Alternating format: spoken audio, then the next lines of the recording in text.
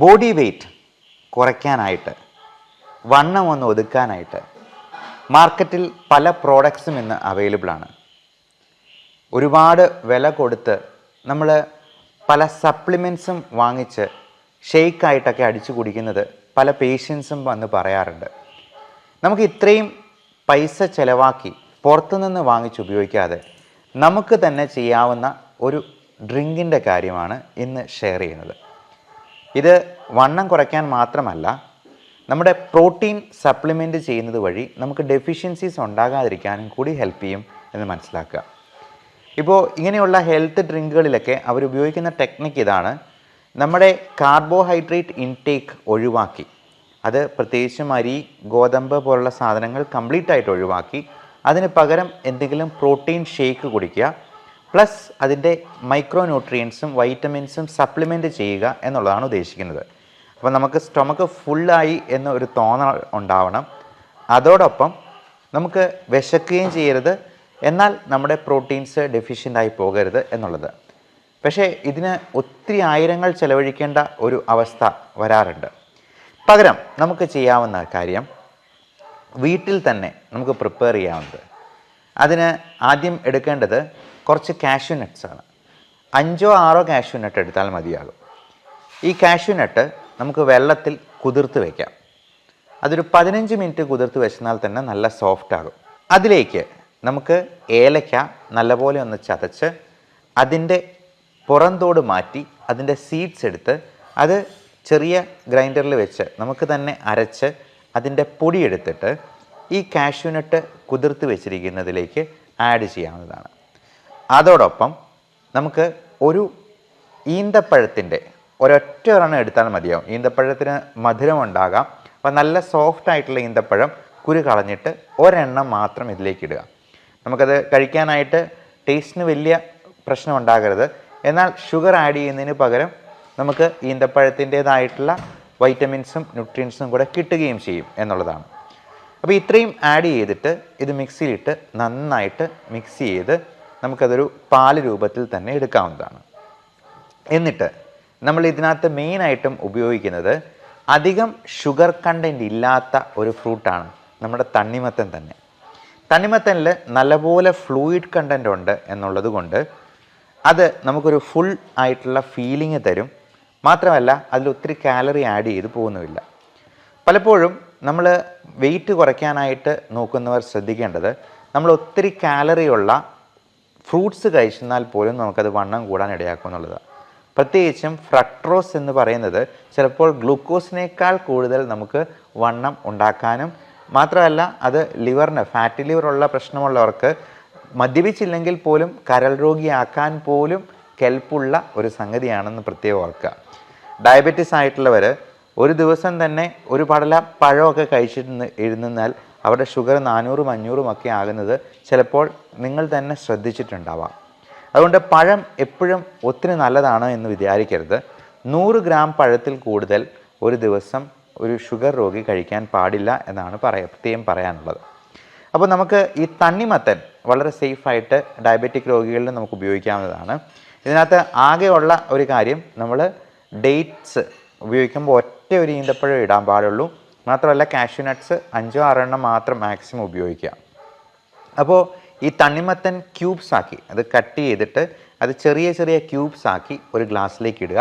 എന്നിട്ട് നമ്മൾ ഈ മിക്സിയിലിട്ട് പാലാക്കിയ അതിലേക്ക് കുറച്ച് വാട്ടറും കൂടെ ആഡ് ചെയ്ത് ഒരു 1/4 കപ്പ് അല്ലെങ്കിൽ ഒരു 1/2 കപ്പ് വെള്ളം ആഡ് ചെയ്തിട്ട് നമുക്കിത് നല്ലപോലെ ഒന്ന് മിക്സ് ചെയ്തെടുക്കുക. എന്നിട്ട് ഈ ക്യൂബ്സിൻ്റെ പുറമെ ഇതും കൂടി ആഡ് ചെയ്യാം. നമുക്ക് ഇതിന് ഫ്ലേവർ കിട്ടാനായിട്ട് ഇതിൻ്റെ കൂടെ ഈ മിക്സിയിൽ ഇട്ട് ചെയ്യുമ്പോഴത്തേക്കും ഇതിന് കസ്കസും കൂടി ആഡ് ചെയ്യുന്നതിന് കുഴപ്പമില്ല. കസ്കസ് എന്ന് പറയുന്നത് അല്ലെങ്കിൽ നമുക്ക് അത് പല പേരിൽ നമുക്ക് വിപണിയിൽ അവൈലബിൾ ആണ്. ബേസിൽ സീഡ്സ് എന്ന് പറയും. അപ്പോൾ ഇതും കൂടി ആഡ് ചെയ്ത് കഴിഞ്ഞാൽ നമുക്കതിനൊരു വേറൊരു ഫ്ലേവറും കൂടെ കിട്ടും എന്നുള്ളതാണ്. അപ്പോൾ ഈ കാഷ്യൂ മിൽക്ക് നമ്മൾ വെള്ളം ആഡ് ചെയ്ത് പ്രിപ്പയർ ചെയ്യുമ്പോഴത്തേക്കും അതിലേക്ക് കസ്കസും കൂടി ആഡ് ചെയ്യാവുന്നതാണ്. എന്നിട്ട് ഈ തണ്ണിമത്തൻ്റെ ക്യൂബ്സ് ഇട്ടതിലേക്ക് ഇതും കൂടി ഒഴിക്കുക. അപ്പോൾ നമുക്ക് തണുപ്പിച്ച് വേണമെങ്കിൽ അങ്ങനെ ചെയ്യാവുന്നതാണ്.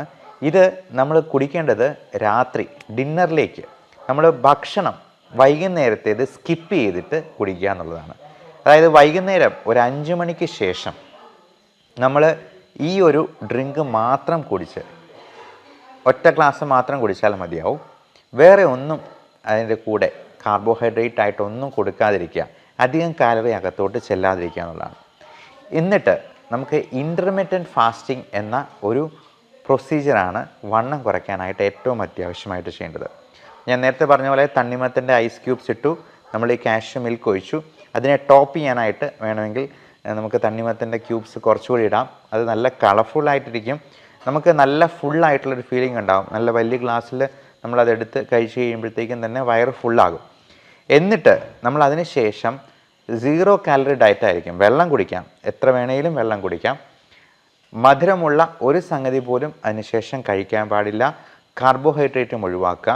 നമ്മൾ ഇൻ്റർമിറ്റൻറ്റ് ഫാസ്റ്റിംഗ് എന്ന് പറയുന്നത് 16 മണിക്കൂറാണ്. അപ്പോൾ അത് പട്ടിണിയല്ല. നമ്മൾ ഒരു 14 മണിക്കൂർ ഫാസ്റ്റ് ചെയ്ത് കഴിഞ്ഞിട്ട് പിന്നെ ഉള്ള 2 മണിക്കൂർ നമ്മുടെ ഫാറ്റ് ഉരുകാനായിട്ട് തുടങ്ങും. അപ്പോൾ ഇത് ഒരു തവണ ഒറ്റ ദിവസം നമ്മൾ ഡിന്നർ സ്കിപ്പ് ചെയ്തെന്നാൽ തന്നെ നമുക്ക് ഒരാളുടെ ബോഡി വെയ്റ്റ് 200 ഗ്രാം കുറയ്ക്കാമെന്നുള്ളതാണ്. നിങ്ങൾക്ക് സംശയം ഉണ്ടെങ്കിൽ അത് ടെസ്റ്റ് ചെയ്ത് നോക്കാം. നമ്മൾ ഈ ഫാസ്റ്റിംഗ് നമ്മൾ റിലീജിയസ് ആയിട്ട് ഉപവസിക്കാറുണ്ട്. പലപ്പോഴും മുസ്ലിം സഹോദരങ്ങളാണെങ്കിലും ക്രിസ്ത്യൻസ് ആണെങ്കിലും ഒക്കെ നമ്മൾ ഒറ്റ നേരം മാത്രം ഭക്ഷണം കഴിക്കാറുണ്ട്. ഈ ഒരു ഫാസ്റ്റിംഗ് റിലീജിയസ് ആയിട്ടുള്ള രീതിയിൽ തന്നെ നമുക്ക് ഡിന്നർ സ്കിപ്പ് ചെയ്യുന്നതിനേക്ക് ഉപയോഗപ്പെടുത്താം. ഇപ്പോൾ നമ്മൾ പലപ്പോഴും അതൊരു ത്യാഗമായിട്ടാണ് ചെയ്യുക. വിശന്നിരിക്കുന്നവരുടെ ആ വിശപ്പിൻ്റെ ആ കാഠിന്യം മനസ്സിലാക്കാനൊക്കെയാണ് നമ്മൾ നോമ്പ് ആചരിക്കുക. അപ്പോൾ അതുപോലെ തന്നെ ഈ ഡിന്നർ സ്കിപ്പ് ചെയ്യാനായിട്ട് ഈ പറഞ്ഞ സങ്കേതങ്ങളെല്ലാം ഉപയോഗിക്കുക. 5 മണിക്ക് ശേഷം 16 മണിക്കൂർ നേരത്തേക്ക് ഫാസ്റ്റ് ചെയ്തിട്ട് രാവിലെ ബ്രേക്ക്ഫാസ്റ്റ് അല്പം നേരത്തെ കഴിക്കുന്നതിൽ തെറ്റില്ല.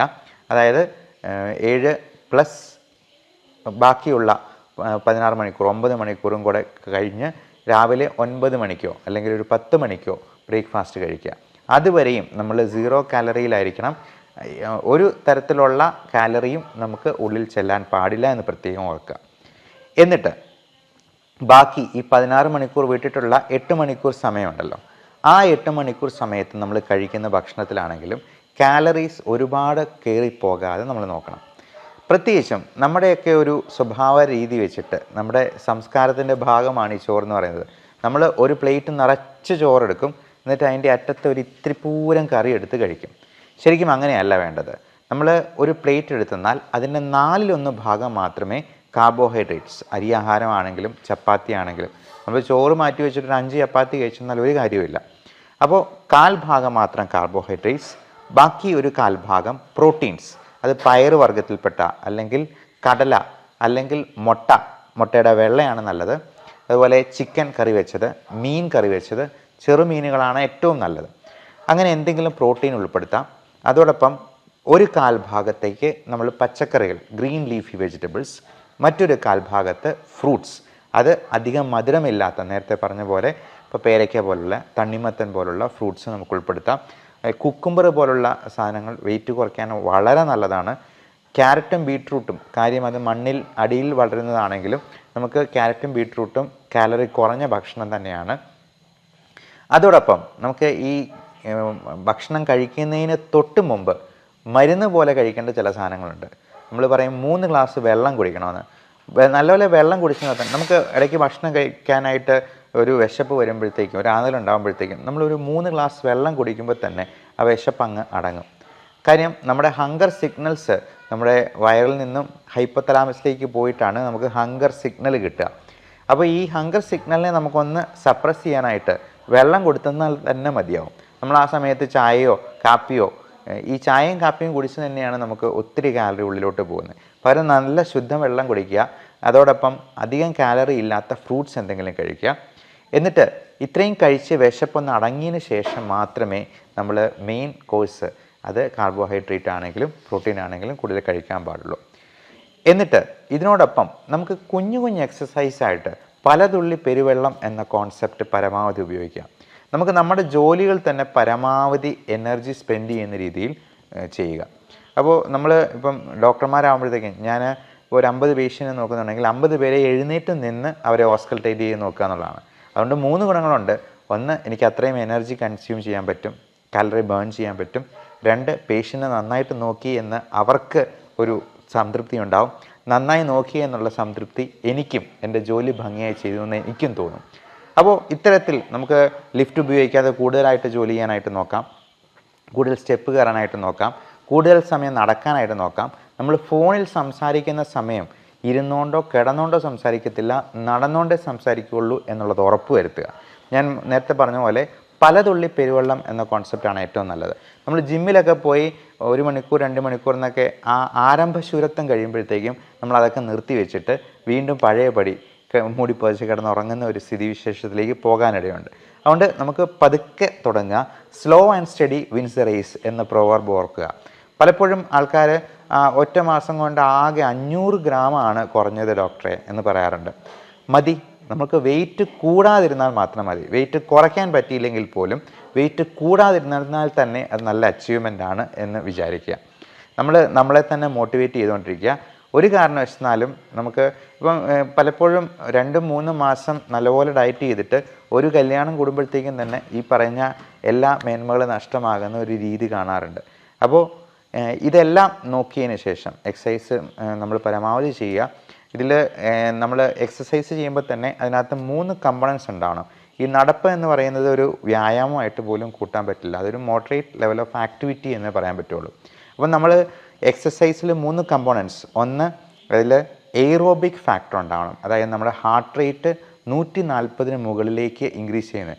അത് നല്ല സ്പീഡിലൊന്ന് ഓടുകയോ സ്പീഡിൽ സ്റ്റെപ്പ് കയറുകയോ അതല്ലെങ്കിൽ ജമ്പിങ് ജാക്സ് നമുക്ക് തന്നെ ഒരു 100-200 പ്രാവശ്യം അവിടെ നിന്ന് ചാടുകയോ ചെയ്തെന്നാൽ അത് സാധ്യമാവുന്നതാണ്. 2, ഇതിന് ഒരു സ്ട്രെച്ചിങ് ഫാക്ടർ ഉണ്ടാവണം. നമ്മൾ പുഷപ്പ് ചെയ്യുമ്പോഴും നമ്മുടെ ജോയിൻറ്റ്സ് സ്ട്രെച്ച് ചെയ്യുന്നത് പോലെ നമുക്ക് എല്ലാ ജോയിൻറ്റ്സിനും സ്ട്രെച്ചിങ് കൊടുക്കുന്ന രീതിയിൽ ഉള്ള എക്സസൈസ് അതിൻ്റെ ഭാഗമായിട്ടുണ്ടാവണം. ഇപ്പോൾ സ്ക്വാറ്റ്സ് പോലുള്ള എക്സസൈസോ അല്ലെങ്കിൽ സ്ട്രെച്ചിങ് എക്സസൈസ്, പുഷപ്പ് പോലുള്ള എക്സസൈസോ ഒക്കെ അതിനകത്തൊരു സ്ട്രെച്ചിങ് ഫാക്ടർ. പുഷപ്പിൽ തന്നെ aerobic, stretching and strengthening factor 3 വരുന്നുണ്ട്. അപ്പോൾ 3ാമത് പറഞ്ഞ കാര്യം സ്ട്രെങ്തനിങ് ആണ്. നമ്മുടെ മസിൽസിനെ എല്ലാം ബിൽഡ് ചെയ്യാനായിട്ട് നമുക്ക് വെയിറ്റ് കുറയ്ക്കാനായിട്ടും മസിൽ സ്ട്രെങ്തനിങ് എക്സസൈസ് ചെയ്യണം. അപ്പോൾ പലപ്പോഴും വെയിറ്റ് കുറയ്ക്കുന്ന കാര്യത്തെക്കുറിച്ച് ആലോചിക്കുമ്പോഴത്തേക്കും ഈ മസിൽ സ്ട്രെങ്തനിങ് അല്ലെങ്കിൽ അത് ചെയ്യുന്നതിനെക്കുറിച്ച് ആൾക്കാർ ചിന്തിക്കത്തില്ല. അപ്പോൾ പ്രോട്ടീൻ സപ്ലിമെൻറ്റ് ചെയ്യുകയും വേണം, അതോടൊപ്പം നമ്മൾ മസിൽ സ്ട്രെങ്തനിങ്ങും വ്യായാമങ്ങളും കൂടി ചെയ്യണം. അപ്പോൾ ഡംബൽ ഉപയോഗിച്ച് ചെയ്യുന്നതും ഒക്കെ ഈ മസിൽ സ്ട്രെങ്തനിങ് എക്സസൈസിൽ പെടുന്നതാണ്. അപ്പോൾ ഇങ്ങനെയെല്ലാം നോക്കി നമ്മൾ കൃത്യമായിട്ടുള്ള ഒരു സ്ലോ ആൻഡ് സ്റ്റഡി ആയിട്ട് നമുക്ക് വെയിറ്റ് കുറച്ചാൽ മതി. നമുക്ക് പെട്ടെന്ന് വെയിറ്റ് കുറയ്ക്കുന്ന എന്തെങ്കിലും തരത്തിലുള്ള കാര്യങ്ങളിലേക്ക് നമ്മൾ പോകാതിരിക്കുക. അതിനുള്ള മരുന്നുകൾ പലപ്പോഴും പറയാറുണ്ട്. അത് ഏറ്റവും സേഫ് ആയിട്ടുള്ള മരുന്നുകൾ മാത്രം നിങ്ങളുടെ ഡോക്ടറോട് ചോദിച്ചിട്ട് മാത്രം ഉപയോഗിക്കുക. പലപ്പോഴും ഷുഗറിന് കൊടുക്കുന്ന മെറ്റ്ഫോമിൻ ഗുളിക പോലും വെയിറ്റ് കുറയ്ക്കാൻ സഹായിക്കുന്നതാണ്. അതോടൊപ്പം നമ്മൾ പലപ്പോഴും ഈ ഡിപ്രഷൻ, ആങ്സൈറ്റി പോലുള്ള പ്രശ്നങ്ങളുണ്ടെന്നുണ്ടെങ്കിൽ അതിന് കൊടുക്കുന്ന മരുന്ന് അല്പം ഉറക്കം കൂടി ഉണ്ടാക്കും. അപ്പോൾ നമ്മൾ ഒരു കാര്യം പ്രത്യേകം ശ്രദ്ധിക്കേണ്ടത്, നമ്മൾ രാത്രി എത്ര വൈകി ഉറങ്ങാൻ കിടക്കുന്നോ അത്രയും നമ്മൾ അടുക്കളയിൽ കയറി എന്തെങ്കിലും കഴിക്കാനുള്ള ടെൻഡൻസി വളരെ കൂടുതലാണ്. അത് മിക്കവാറും മധുരപലഹാരങ്ങളോ കാലറി കൂടി എന്തെങ്കിലും ആയിരിക്കാൻ ചാൻസ് ഉണ്ട്. അതുകൊണ്ട് എത്രയും നേരത്തെ കിടന്നുറങ്ങുക. ഒരു 8 മണി 9 മണി ആകുമ്പോഴത്തേക്കും കിടന്നുറങ്ങിയെന്നാലും ഒരു കുഴപ്പമില്ല. അതിന് നേരത്തെ കിടന്നുറങ്ങാനായിട്ട് ആ രീതിയിൽ മരുന്നുകൾ നമുക്ക് മോഡിഫൈ ചെയ്യാവുന്നതാണ്.